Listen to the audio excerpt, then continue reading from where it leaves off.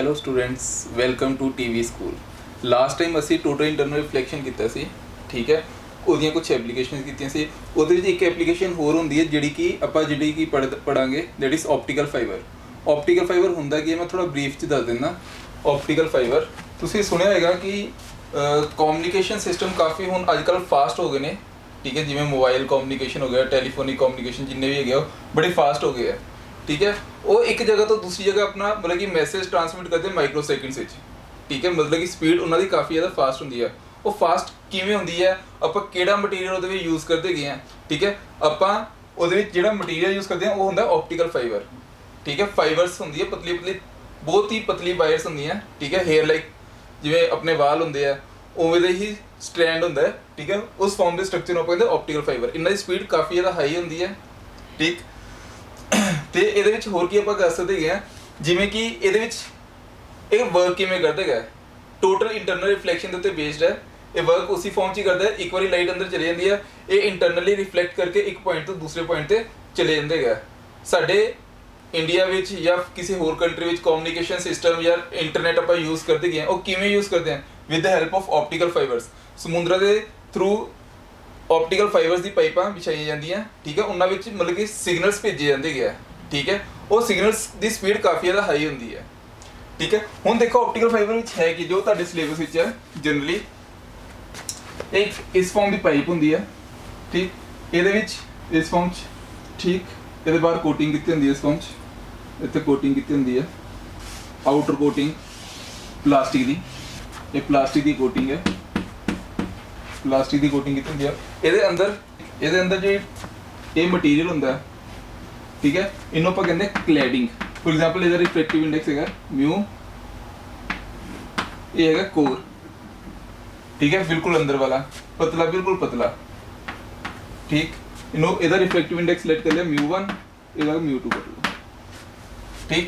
ਹੁਣ देखो ਹੁੰਦਾ ਕੀ एक्चुअली एक बार लाइट ਇਹਦੇ अंदर एंटर कर जाए, ਆਪਾਂ ਇਹਦੇ ਅੰਦਰ ਲਾਈਟ ਇਸ ਹਿਸਾਬ ਨਾਲ ਭੇਜਦੇ ਹਾਂ ਕਿ ਇੱਕ ਵਾਰੀ ਇਹਦੇ ਅੰਦਰ ਲਾਈਟ ਚਲੇ ਜਾਵੇ ਤੇ ਉਹ ਕੀ ਕਰੇ, ਇੰਟਰਨਲੀ ਰਿਫਲੈਕਟ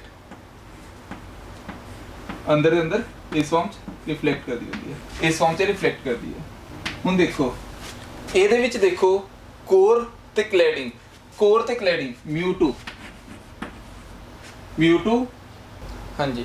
ਹੁਣ ਦੇਖੋ कोर की होंदा इत्थे, क्लैडिंग की होंदी है, तो बफर कोटिंग की होंदी है। कोर की है, ये इंटरनल, नाम तो पता चल रहा कोर का मतलब internal part, central part.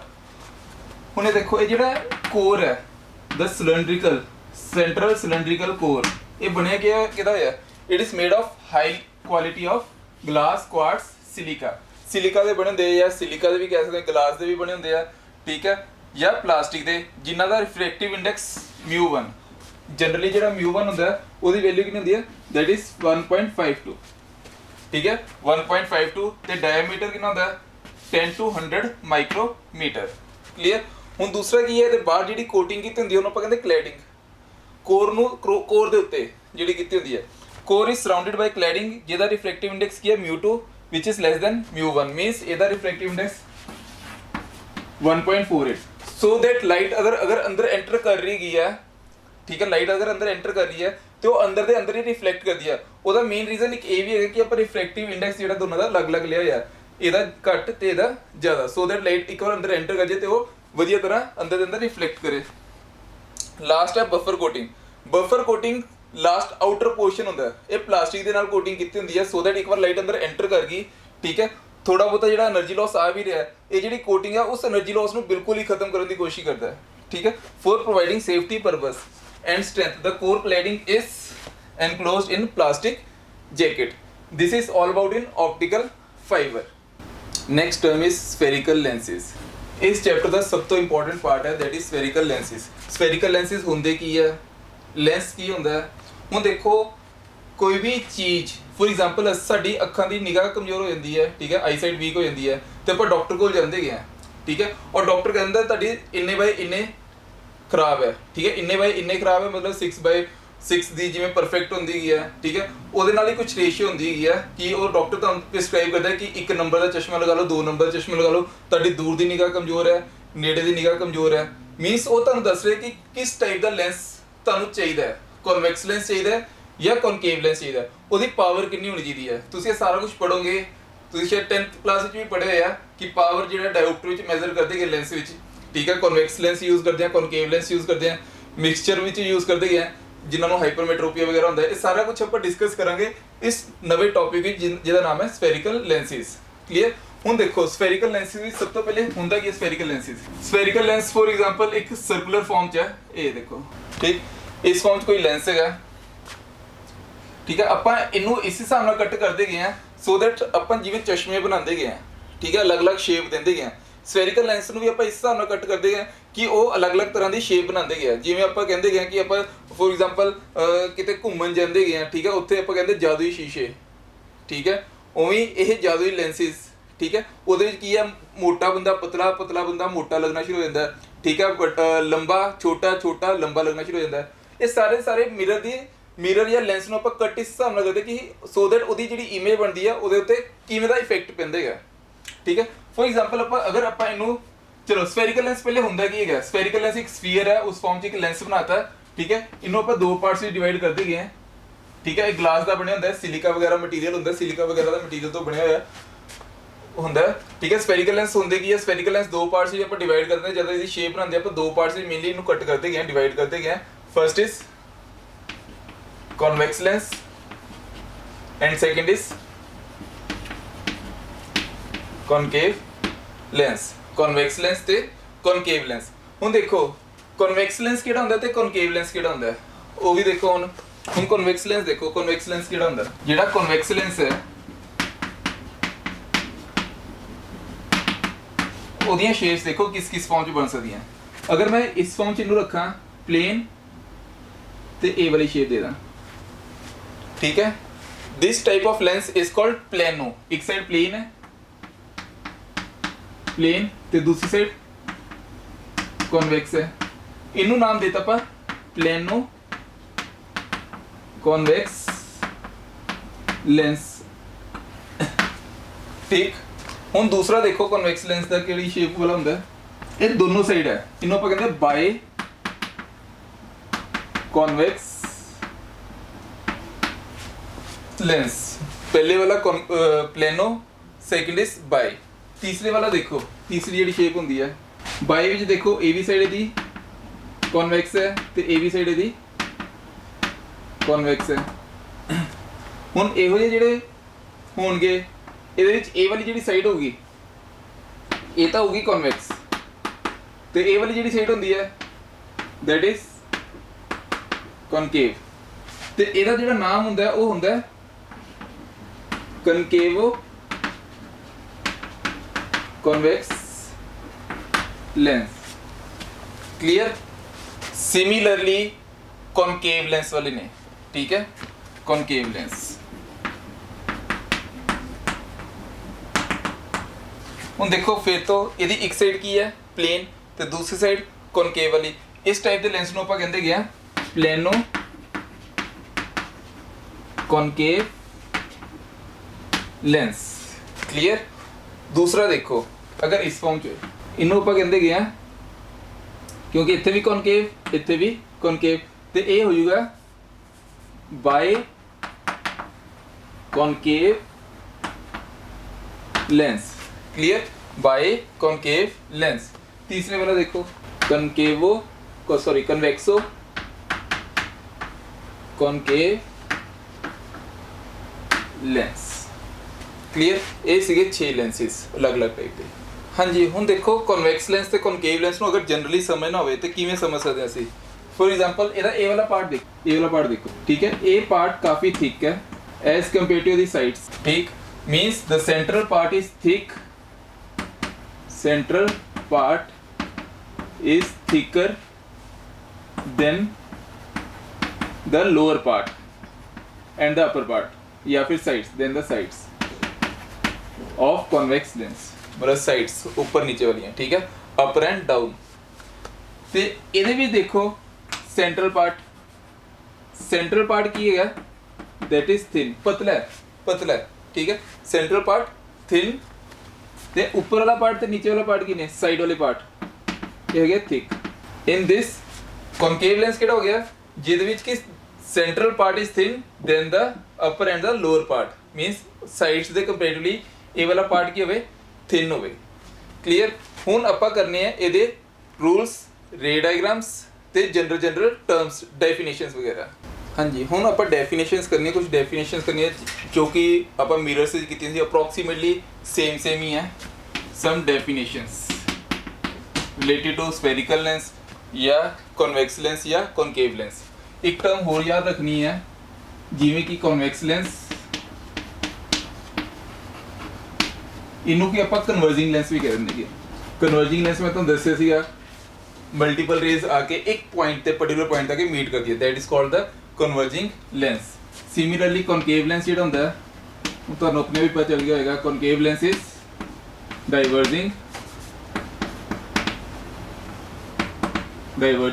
Lens clear convex lens केड़ा लेंस हुंदा है convex lens is converging lens and concave lens is diverging lens हुण देखो साडे कोल फॉर एग्जांपल डेफिनेशन अगर करनी है फॉर एग्जांपल आपां इस फॉर्म चक लिया कन्वेक्स लेंस ठीक कन्वेक्स लेंस दे विच उत्थे आपां पढ़िया सीगा जिवें मिरर्स विच इस फॉर्म च याद करो ये वाले पार्ट नूं आपां क्या सीगा पोल की कहंदे आपां पोल पर इहदा जिहड़ा सेंट्रल पार्ट हुंदा इहनूं आपां कहंदे ऑप्टिकल सेंटर की कहंदे गया optical center the central part of the lens is called optical center clear ਹੁਣ ਦੇਖੋ ਜਿਹੜੀ ਇਹਦੇ ਸੈਂਟਰ ਤੋਂ ਲਾਈਨ ਪਾਸ ਕਰੇ ਉਸ ਤੋਂ ਪਹਿਲੇ ਸੈਂਟਰ ਤੋਂ ਲਾਈਨ ਪਾਸ ਕਰਨ ਤੋਂ ਪਹਿਲੇ ਦੇਖੋ ਅਗਰ ਇਹ ਇਸ ਫਾਰਮ ਚ ਹੋਵੇ ਇਹਨੂੰ ਆਪਾਂ ਅਗਰ ਇਮੇਜਿਨਰੀ ਲਾਈਨ ਨੂੰ ਪੂਰਾ ਇਸ ਫਾਰਮ ਚ ਡਰਾ ਕਰੀਏ ਤੇ ਇਧਰੋਂ ਵੀ ਇਸ ਫਾਰਮ ਚ ਡਰਾ ਕਰੀਏ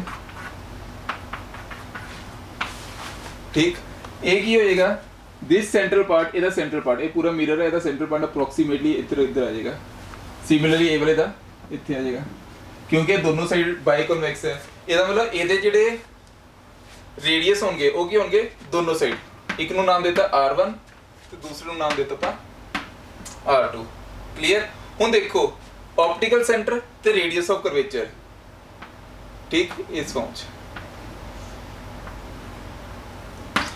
ਇਹਨਾਂ ਦਾ ਸੈਂਟਰਲ ਪਾਰਟ ਬਿਲਕੁਲ ਇਹਦਾ ਸੈਂਟਰ ਇਹਦੇ ਸੈਂਟਰ ਨੂੰ ਆਪਾਂ ਕਹਿੰਦੇ ਆ ਫੋਕਸ F1 ਤੇ ਇਹਦੇ ਸੈਂਟਰ ਨੂੰ ਆਪਾਂ ਕਹਿੰਦਾ ਫੋਕਸ F2 ਇਹ ਆ ਗਿਆ ਆਪਟੀਕਲ ਸੈਂਟਰ O ਕਲੀਅਰ ਹੁਣ ਦੇਖੋ ਇਸ ਤੋਂ ਬਾਅਦ ਕੋਈ ਵੀ ਰੇ ਇਮੇਜਿਨਰੀ ਰੇ which passes through the radius of curvature focus and optical center या फिर focus and optical center या radius of curvature and optical center इस एक्सिस ਨੂੰ ਆਪਾਂ ਕਹਿੰਦੇ ਗਿਆ principal axis clear imaginary line it is an imaginary line the imaginary line which passes through सब तो पहले लिख लो principal axis that is the imaginary line which passes through R means radius of curvature and O means optical center this is called principal axis ਹੁਣ ਦੂਸਰਾ ਦੇਖੋ focus F1 principal focus ठीक है principal focus in case of convex lens ठीक है ਇਹਦੇ ਵਿੱਚ ਕੀ ਹੋਊਗਾ ਕੋਈ ਵੀ ਰੇ ਇਧਰੋਂ ਦੀ ਅਗਰ ਸਟ੍ਰੇਟ ਆਂਦੀ ਹੋਏ ਸਾਨੂੰ ਹਮੇਸ਼ਾ ਕੀ ਲੱਗੇਗਾ ਕਿ ਉਹ ਪਾਸ ਕਰੇਗੀ ਫੋਕਸ ਵਿੱਚੋਂ ਦੀ ਤੇ ਇੱਥੇ ਜਿਹੜਾ ਫੋਕਸ ਚੋਂ ਪਾਸ ਕਰਦੀ ਹੈ ਇਹਨੂੰ ਆਪਾਂ ਕਹਿੰਦੇ ਰੀਅਲ ਫੋਕਸ ਕਿਹੜਾ ਫੋਕਸ ਹੁੰਦਾ ਰੀਅਲ ਫੋਕਸ ਦੋ ਤਰ੍ਹਾਂ ਦੇ ਦੱਸੇ ਸੀਗੇ ਇੱਕ ਤਾਂ ਰੀਅਲ ਹੁੰਦਾ ਇੱਕ ਹੁੰਦਾ ਵਰਚੁਅਲ ਮਤਲਬ ਇੱਥੇ ਰੇਸ ਐਕਚੁਅਲ ਮੀਟ ਕਰ ਰਹੀਆਂ ਠੀਕ ਹੈ means any race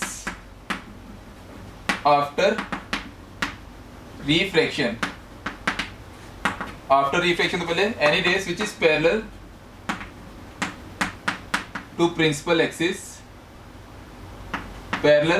to principal axis any ray which is parallel to principal axis after refraction from the lens converges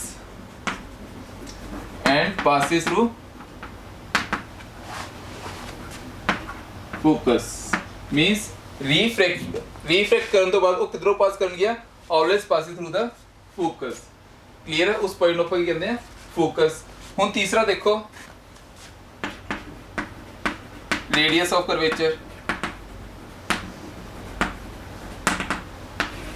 radius of curvature किहड़ा हुंदा radius of curvature means optical centre means ये जिहड़ा lens है ਇਹਦਾ एक part चक लिया ਆਪਾਂ एक कोई भी पार्ट चक लिया मतलब इस लेंस ਦਾ मीन्स ये दो लेंस बन रहे हैं मैं ਤੁਹਾਨੂੰ ਕਿਹਾ ये बाई कॉन्वेक्स है मीन्स ਇਹਦਾ ए वाला पार्ट एक सेंटर बनाएगा ਇਹਦਾ पार्ट दूसरा सेंटर बनाएगा मीन्स इस लेंस ਦਾ पार्ट ਜਿਹੜਾ सेंटर पार्ट होगा सेंटर पार्ट बनाए वो की ਹੁੰਦਾ that is called the radius of curvature of that part. Similarly इस वाले part the central part is called radius of curvature of this part. Clear है हुन देखो रेडियस ऑफ कर्वेचर क्या होएगा हाँ जी रेडियस ऑफ कर्वेचर की सी radius of the sphere means इस sphere the radius of the sphere of which surface forms a part ਇਹਦਾ ਜਿਹੜਾ सरफेस है वो एक पार्ट बनाए मींस सेंट्रल पार्ट बनाए that is called the radius of curvature. हुन नेक्स्ट आ जाता ROC means radius of curvature. Similarly COC या फिर centre of curvature. Centre of curvature किहड़ा होएगा हुन देखो इस पॉइंट तो लेके इस पॉइंट तक द डिस्टेंस ठीक है इस पॉइंट तो लेके इस पॉइंट तक द डिस्टेंस ठीक है that is called radius of curvature. हुन देखो सेंटर ऑफ कर्वेचर किहड़ा होएगा centre of curvature means it is the centre of the sphere of which surface forms a part centre of sphere of which surface forms a part ठीक उत्थे radius word लिख देना इत्थे centre word लिख देना। हुन देखो ऑप्टिकल सेंटर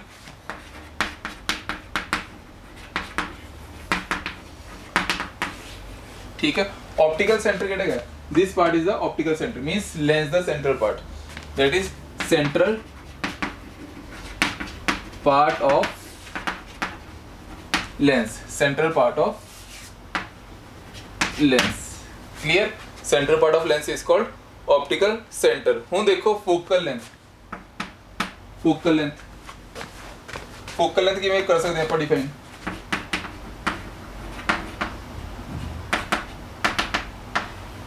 फोकल लेंथ देखो इस पॉइंट तो लेके इस पॉइंट तक द डिस्टेंस जिन्हों पर नोट करता F1 नाल या इस पॉइंट तो लेके इस पॉइंट तक द डिस्टेंस जिन्हों पर नोट कर देंगे F2 नाल ठीक है means the separation between optical centre and the focus the separation between optical center and focus ठीक है फोकस F1 या F2 उन्होंने पर कहते हैं फोकल लेंथ।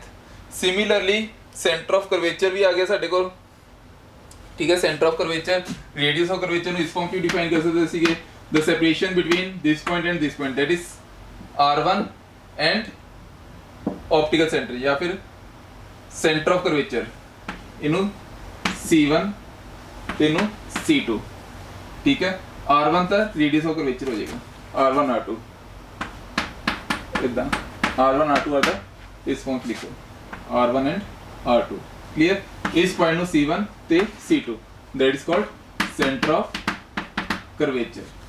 क्लियर ਹੁਣ ਦੇਖੋ ਇਹਦੇ ਵਿੱਚ ਕੁਝ ਹੋਰ ਛੋਟੀ-ਛੋਟੀ ਟਰਮਸ ਨੇ ਜਿਵੇਂ ਕਿ ਅਪਰਚਰ ਉਹੀ ਅਪਰਚਰ ਵੀ ਸੇਮ ਹੀ ਆ ਗਿਆ aperture means the part of the mirror ਸੀ ਇੱਥੇ part of the lens that is called aperture. ਹਾਂਜੀ next is new Cartesian sign conventions new Cartesian sign conventions for spherical lenses.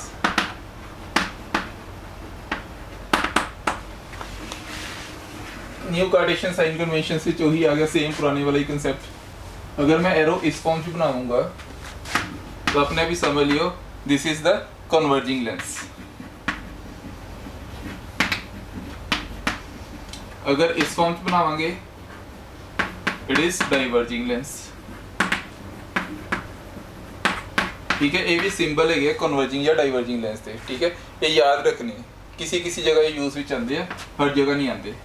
ठीक है 0.01% use भी आते हैं पर हाँ इनू ये ईजी हो जाएगा करना। हुण देखो सब तो पहले जनरली देखो कि कोई भी लाइट अगर इस फॉर्म से जा रही है टूवर्ड्स, ठीक है, टूवर्ड्स द लेंस, ठीक है, it is always taken as positive, always taken as positive. तो कोई दूर वाले पास जाए, away from the normal, sorry away from the mirror, ठीक है, अगर इसको दूर जाए, ठीक है, अवे, ठीक है, ए टूवर्ड्स आ गई, towards always taken as positive, away वाले which always taken as negative. Clear. हुन दूसरा देखो अगले वाला, अगर ऑब्जेक्ट जेड़ा अपवर्ड पे है, it is always taken as positive, upward taken as positive. अगर ऑब्जेक्ट या इमेज डाउनवर्ड हुए, it is always taken as negative. ਇਹ ਨੇ ਸਾਈਨ ਕਨਵੈਨਸ਼ਨ ਜੋ ਕਿ ਆਪਾਂ ਮਿਰਰ ਵਿੱਚ ਵੀ ਕੀਤੇ ਸੀਗੇ, ਮੈਂ ਸ਼ਾਰਟ ਵਿੱਚ ਹੀ ਤੁਹਾਨੂੰ ਲੈਂਸ ਵਿੱਚ ਦੱਸ ਲਿਆ ਕਿਉਂਕਿ ਇਹ ਸੇਮ ਟੂ ਸੇਮ ਹੀ ਨੇ ਅਪਰੋਕਸੀਮੇਟਲੀ। ਠੀਕ, ਹੁਣ ਦੇਖੋ ਇਹਦੇ ਵਿੱਚ ਜਿਵੇਂ ਆਪਾਂ ਯੂਜ਼ ਕਰਨਾ, ਫੋਰ ਐਗਜ਼ਾਮਪਲ ਇੱਕ ਦੋ ਚੀਜ਼ਾਂ ਕਰ ਵੀ ਲੈਂਦੇ ਆ, ਜਿਵੇਂ ਕਿ ਇਹ ਵਾਲਾ ਲੈਂਸ ਸੀਗਾ, ਇਹਨੂੰ ਆਪਾਂ ਕੀ ਕਹਿੰਦੇ, ਕਨਵਰਜਿੰਗ ਲੈਂਸ। ਠੀਕ ਹੈ, ਇੱਕ ਐਕਸੈਪਸ਼ਨਲ ਕੇਸ ਆ ਜਾਂਦਾ ਇਹਦਾ, ਇੱਕ ਐਕਸੈਪਸ਼ਨਲ ਕੇਸ ਆਂਦਾ ਹੈਗਾ ਜਿਹਦੇ ਵਿੱਚ ਇਹ ਲੈਂਸ ਡਾਈਵਰਜਿੰਗ ਤਰ੍ਹਾਂ ਬਿਹੇਵ ਕਰਦਾ ਹੈ। ਤੇ ਇਹਦਾ ਮਤਲਬ ਇਹ ਜਦ ਐਰੋ ਲੱਗਿਆ ਹੋਇਆ ਹੈ, ਇਹ ਐਰੋ ਦਾ ਮਤਲਬ ਹੈ ਕਿ ਇਹ 5 ਕੇਸਿਸ ਨੇ, ਉਹ ਇਹ 6ਵਾਂ ਕੇਸ ਨਹੀਂ ਹੈ ਜਿਹੜਾ ਕਿ ਉਹ ਸਪੈਸ਼ਲ ਕੇਸ ਵਿੱਚ ਕੰਸੀਡਰ ਕਰਦੇ ਆ। ਠੀਕ ਹੈ, ਹੁਣ ਇਹ ਦੇਖੋ ਇੱਥੇ ਕੀ ਹੁੰਦਾ ਹੈ, ਦੇਖੋ ਅਗਰ ਫੋਰ ਐਗਜ਼ਾਮਪਲ ਆਬਜੈਕਟ ਇੱਥੇ ਪਿਆ, ਠੀਕ, ਇਦੋਂ ਦੇ ਆਪਾਂ ਰੇ ਭੇਜਦੇ ਪਏ ਆ, ਠੀਕ ਹੈ, ਹੁਣ ਇਹ ਜਿਹੜੀ ਰੇ ਭੇਜਦੇ ਪਏ ਆਪਾਂ, ਠੀਕ ਹੈ, ਰੇ ਇਧਰਲੇ ਪਾਸੇ ਜਾ ਰਹੀ ਹੈ, ਇਹ डायरेक्शन ਜਿਹੜੀ ਹੈਗੀ ਆ, ਇਹ डायरेक्शन ਜਿਹੜੀ ਹੈਗੀ ਆ, ਇਹ ਪੋਜ਼ਿਟਿਵ डायरेक्शन ਹੈ।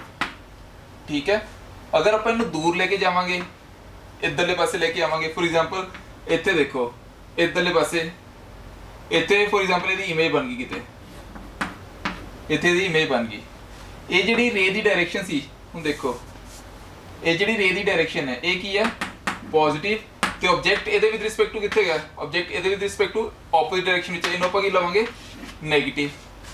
ਹੁਣ ਦੇਖੋ ਅਗਰ ਮੈਂ ਇਸ ਫਾਰਮ 'ਚ ਰੱਖਦਾ ਆਬਜੈਕਟ ਮੈਂ ਇਸ डायरेक्शन ਵਿੱਚ ਰੱਖਦਾ, ਠੀਕ ਹੈ, ਆਬਜੈਕਟ ਅਗਰ ਮੈਂ ਇਸ डायरेक्शन ਵਿੱਚ ਰੱਖਦਾ, ਠੀਕ ਹੈ, ਹੁਣ ਦੇਖੋ ਅਗਰ ਇਹ ਲਾਈਟ ਟੂਵਰਡਸ ਜਾ ਰਹੀ ਹੈ, ਹੁਣ ਦੇਖੋ ਇਹਦੇ ਵਿਦ ਰਿਸਪੈਕਟ ਟੂ ਟੂਵਰਡਸ ਜਾ ਰਹੀ ਹੈ, ਟੂਵਰਡਸ ਦਾ ਲੈਂਸ ਜਾਏਗੀ, it is taken as positive. ਠੀਕ ਹੈ, ਹੁਣ ਦੇਖੋ ਜਿਸ डायरेक्शन ਵਿੱਚ ਲਾਈਟ ਭੇਜਦੇ ਪਏ ਆ ਉਹਨੂੰ ਆਪਾਂ ਪੋਜ਼ਿਟਿਵ ਕੰਸੀਡਰ ਕਰ ਰਹੇ ਆ, ਇਧਰ ਦੇਖੋ ਇਸ डायरेक्शन ਤੋਂ ਭੇਜਦੇ ਪਏ, it is taken as positive, ਉਹਦੇ ਆਪੋਜ਼ਿਟ डायरेक्शन ਵਿੱਚ ਕੋਈ ਵੀ ਆਬਜੈਕਟ ਹੋਵੇ ਜਾਂ ਲਾਈਟ ਹੋਵੇ, it is taken as negative. ਹਾਂਜੀ, ਇਹਦੇ ਕੁਝ ਰੇ ਡਾਇਗਰਾਮਸ ਕਰ ਲੈਂਦੇ ਆ।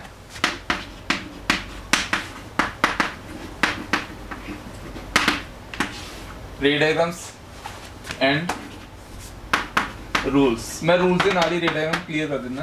सबसे पहले रूल देखो, फॉर एग्जांपल इतने कोई भी रे है, कोई भी रे पैरेलल जा रही है, ठीक है, फोकस F1, फोकस F2, ठीक, radius of curvature R2, radius of curvature R1, इन्हों C1 C2 कर देते हैं, C1 एंड C2। ठीक, ਹੁਣ देखो कोई भी रे पैरेलल जाएगी, it always converges and passes through the focus, it always converges and passes through the focus, एक पर्टिकुलर पॉइंट तो पास कर दिया। ठीक है, that's why it is called converging lens. ठीक है, कोई भी रे पैरेलल जाएगी वो हमेशा किधरों पास करेगी, फोकस विचों दी। दूसरा रूल देखो, this is rule number 1। Rule number 2 देखो, ऑप्टिकल सेंटर फोकस F1 ते C1 F2 C2, कोई भी रे अगर ऑप्टिकल सेंटर विचों दी पास करे, ऑप्टिकल सेंटर विचों दी एक ही जाएगी बिल्कुल straight without any deviation, go straight without any deviation, मतलब बिना कोई डेविएशन तो बिल्कुल स्ट्रेट जाएगी, go straight without any deviation. हुन नेक्स्ट देखो, अगर है फोकस जो पास करवाइए, तीसरा रूल, फोकस जो पास करवावांगे तो यह बिल्कुल स्ट्रेट जाऊगी। ठीक है, बिल्कुल स्ट्रेट जाऊगी parallel to the principal axis. हाँ जी, हुन देखो कॉनकेव लेंस वाले देखो, कॉनकेव लेंस भी देखो इस form, this type of lens is called diverging lens. Why it is called diverging lens क्योंकि ਇਹਦੇ ਵਿੱਚ ਰੇਜ਼ ਜਿਹੜੀ ਕੀ ਆ ਬਾਹਰਲੇ ਪਾਸੇ ਨੂੰ ਜਾਂਦੀ ਹੈ, ਡਾਈਵਰਸ ਕਰਦੀਆਂ ਆਊਟਵਰਡ ਪੋਰਸ਼ਨ ਵਿੱਚ, ਠੀਕ ਹੈ। ਕਨਵਰਜਿੰਗ ਲੈਂਸ ਕਿਉਂਕਿ ਉਹਦੇ ਵਿੱਚ ਕਿਸੇ ਸਾਰੀ ਰੇਜ਼ ਇੱਕ ਪੁਆਇੰਟ ਤੱਕ ਮੀਟ ਕਰਦੀਆਂ, ਇੱਥੇ ਅਵੇ ਉੱਥੇ ਮੀਟ ਕਰਦੀਆਂ ਐਟ ਪਾਰਟਿਕੂਲਰ ਪੁਆਇੰਟ, ਠੀਕ ਹੈ। ਇੱਥੇ ਅਵੇ ਜਾਂਦੀ ਇੱਕ ਦੂਸਰੇ ਤੋਂ, ਠੀਕ ਹੈ। ਹੁਣ ਦੇਖੋ ਫॉर एग्जांपल ਇਹ ਦਾ ਸੈਂਟਰਲ ਪਾਰਟ ਆ ਗਿਆ, optical centre, focus f1 f2, centre of curvature C1, centre of curvature C2। फिर तो ही सेम रूल, कोई भी रे अगर पास कर रही है ऑप्टिकल सेंटर विच होंदी वो बिल्कुल स्ट्रेट जाएगी without any deviation, go straight without any deviation.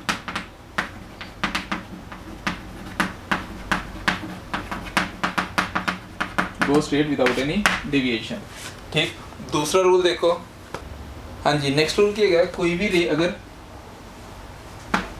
Parallel जा रही है, parallel to the principal axis, जिवें ਉਹਦੇ ਵਿੱਚ ਵੀ ਪਾਸ ਕਰ ਸੀ ਕਿਵੇਂ parallel to the principal axis, ਉਹ ਕੀ ਕਰ ਸੀ after refraction it will converge and pass through the focus, ठीक है। ਹੁਣ ਇੱਥੇ ਵੀ फोकस ਚੋਂ ਪਾਸ ਕਰੇਗੀ, ਪਰ ਇਹ ਜਿਹੜਾ फोकस ਹੋਏਗਾ that focus is virtual focus. ਉਹਦੇ ਵਿੱਚ ਰੀਅਲ फोकस ਚੋਂ ਪਾਸ ਕਰੇਗੀ, ਇਹਦੇ ਵਿੱਚ ਕਿਹੜੇ फोकस ਚੋਂ ਪਾਸ ਕਰੇਗੀ that is from virtual focus. Means ਇਹਦੇ ਵਿੱਚ ਜਿਹੜੀ डॉटेड लाइंस आ रही है मींस अपीयर्स टू मीट है, ठीक। थर्ड पॉइंट देखो, थर्ड इंपॉर्टेंट पॉइंट, थर्ड ते last point, optical centre focus f1 C1 f2 ते C2। ਹੁਣ ਦੇਖੋ, हाँ जी, कोई भी रे सानू इस फॉर्म च लगे, जिवें for example optical centre focus f1 C1 f2 ते C2 सी, ठीक। इस फॉर्म च लगे कि वो पास कर रही है फोकस चों। ਹੁਣ ਦੇਖੋ ਇਹ ਫੋਕਸ ਚੋਂ ਪਾਸ ਕਰੇ, ਸਪੈਸ਼ਲ ਕੇਸ ਹੈ, ਜਿਵੇਂ ਦੇਖੋ ਵਰਚੁਅਲੀ ਪਾਸ ਕਰ ਰਹੀ ਹੈ, ਐਕਚੁਅਲ ਪਾਸ ਨਹੀਂ ਕਰ ਰਹੀ। ਪਹਿਲੇ ਦੇ ਵਿੱਚ ਕਿਵੇਂ ਪਾਸ ਕਰ ਰਹੀ ਸੀ, ਐਕਚੁਅਲੀ ਪਾਸ ਕਰ ਰਹੀ ਸੀ ਫੋਕਸ ਚੋਂ ਦੀ, ਇਹਦੇ ਵਿੱਚ ਐਵੇਂ ਲੱਗ ਰਿਹਾ ਅਪੀਅਰਸ ਟੂ ਪਾਸ ਥਰੂ ਦਾ ਫੋਕਸ। ਅਗਰ ਇਸ ਫਾਰਮ ਦੀ ਕੋਈ ਵੀ ਕੰਡੀਸ਼ਨ ਹੋਵੇ ਜਿਹਦੇ ਵਿੱਚ ਆਪਾਂ ਕਹੀਏ ਕਿ appears two pass through focus, ਠੀਕ ਹੈ, ਪਰ ਇਹ ਜਾ ਕਿਵੇਂ ਰਹੀ ਹੈ ਫੋਕਸ ਚੋਂ ਹੀ। ਹੁਣ ਆਪਾਂ ਕਨਵੈਕਸ ਲੈਂਸ ਵਿੱਚ ਵੀ ਪੜਿਆ ਸੀ, ਕਨਵੈਕਸ ਲੈਂਸ ਵਿੱਚ ਕਿਸੇ ਕੋਈ ਵੀ ਰੇ ਫੋਕਸ ਚੋਂ ਪਾਸ ਕਰੇ ਤੇ ਉਹ ਕਿਵੇਂ ਚੱਲਦੀ ਗਈ ਹੈ ਪੈਰਲਲ ਟੂ ਪ੍ਰਿੰਸੀਪਲ ਐਕਸਿਸ। ਇਹ ਵੀ ਪੈਰਲਲ ਟੂ ਪ੍ਰਿੰਸੀਪਲ ਐਕਸਿਸ ਜਾਏਗੀ, ਪਰ ਕਿਸ डायरेक्शन में जाएगी वो देखो, ट्रैवल टू प्रिंसिपल, देखो इस form it will travel parallel to principal axis. देखो एनी रे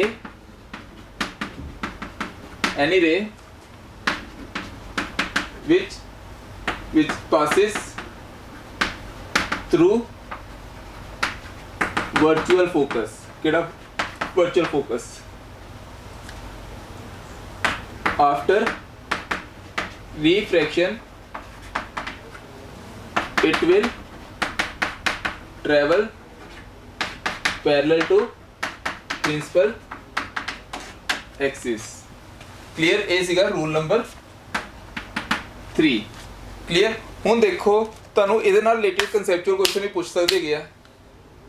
ਲੈਂਸ ਦੇ ਰੇ ਡਾਇਗਰਾਮ ਆਪਾਂ ਨੈਕਸਟ ਲੈਕਚਰ ਵਿੱਚ ਕਰਾਂਗੇ, ਪਰ ਇਹਦੇ ਕੁਝ ਕਨਸੈਪਚੁਅਲ ਕੁਐਸਚਨ ਜਿਵੇਂ ਪੁੱਛ ਸਕਦੇ ਆ, ਉਹ ਦੇਖੋ ਕਿਸ ਫਾਰਮ ਦੇ ਪੁੱਛ ਸਕਦੇ ਹੈਗੇ ਆ।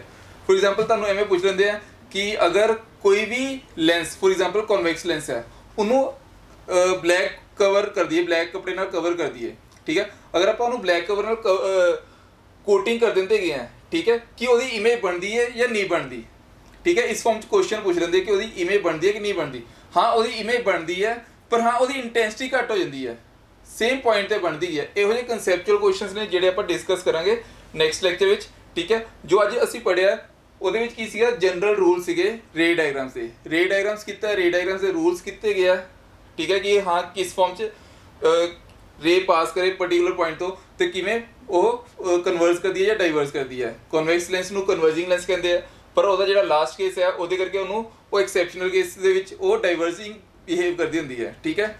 ਇਹ ਸੀਗਾ ਅੱਜ ਦੇ ਰੇ ਡਾਇਗਰਾਮਸ ਦੇ ਵਿੱਚ, ਠੀਕ ਹੈ। ਕੱਲ ਅਸੀਂ ਪੜਾਂਗੇ ਉਹਦੇ ਰੂਲਸ, ਠੀਕ। ਜੇ ਕੋਈ ਡਾਊਟ ਹੋਏਗਾ ਇਹਦੇ ਨਾਲ ਰਿਲੇਟਡ ਤਾਂ ਤੁਸੀਂ ਸਾਡੇ ਈਮੇਲ ਜਾਂ WhatsApp ਨੰਬਰ ਤੇ ਪੁੱਛ ਸਕਦੇ ਹੋ। ਤਦ ਤੱਕ ਲਈ ਧੰਨਵਾਦ।